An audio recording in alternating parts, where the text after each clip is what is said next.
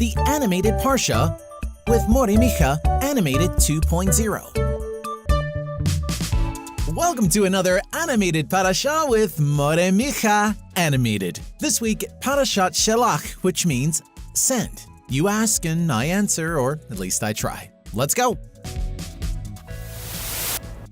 Micha, I heard that the spies who entered Israel died in a horrible way. I am brave. Tell us why. Are you brave?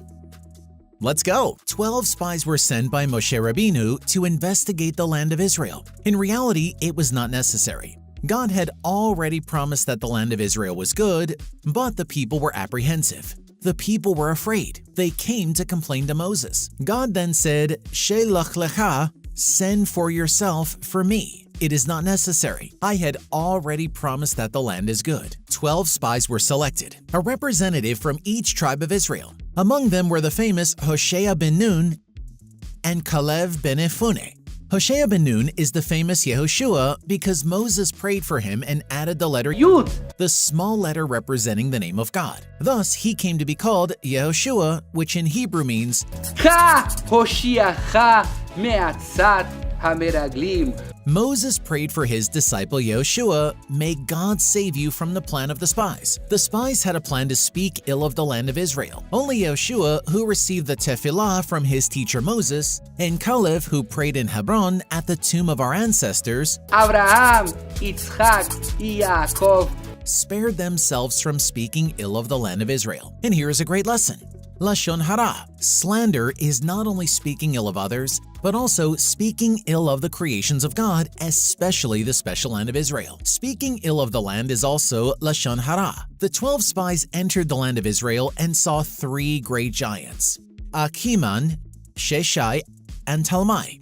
They felt like ants or small locusts next to these great men. The fruits of Israel were so large that it took 8 spies to carry a box of grapes. The 9th spy carried a himon, a gigantic pomegranate, and the 10th spy carried a giant fig. Only Kalev and Yehoshua did not carry anything. They were convinced that the land of Israel was good for the people of Israel.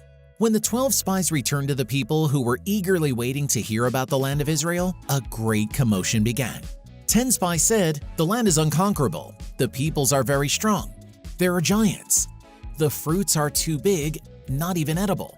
Only Kalev and Yehoshua tried to calm them and said, no, the land is good.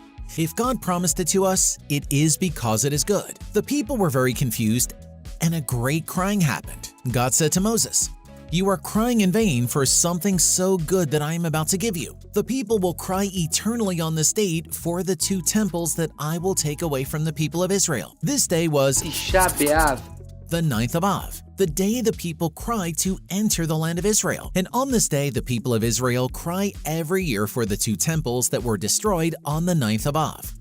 God was very sad about what he was seeing with his people, and once again, he wanted to send a plague to end them. Moses once again proved to be a present leader, praying to God, do not do this, what will the other nations say? It was then decided that because of this sin, the people of Israel would wander in the desert for 40 years. And this generation would not have the merit to enter the land of Israel, only their children with Yehoshua and Kalev.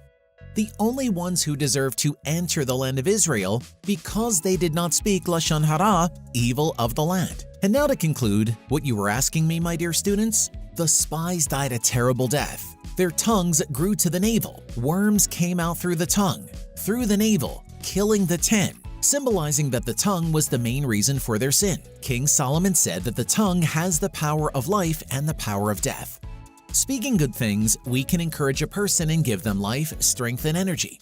Speaking bad things and denigrating a person's image, unfortunately, we can kill them. Let's go to another question from you. Micha, I'm wearing tzitzit. Explain the meaning of tzitzit.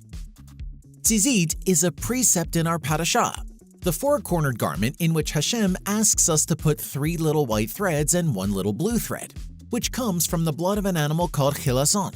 Nowadays, we don't know which fish is the chilason, so the 4 threads are white. The meaning of this mitzvah is that when we wear the tzitzit, we are surrounded by the mitzvot. Seeing the blue of the tzitzit, we remember the blue of the sea.